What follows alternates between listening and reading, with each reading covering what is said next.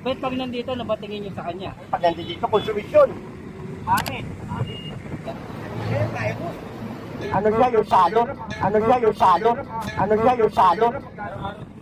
Araw-araw din. Kasi talaga sa pera, marami na sila. Kaya kailangan huwag tayo magpasilaw sa pera. Ang pera, dapat ginagamit natin.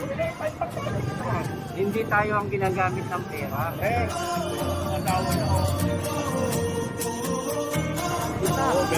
Kaso baka mamaya lumaki. Dahil tatampan ng pera.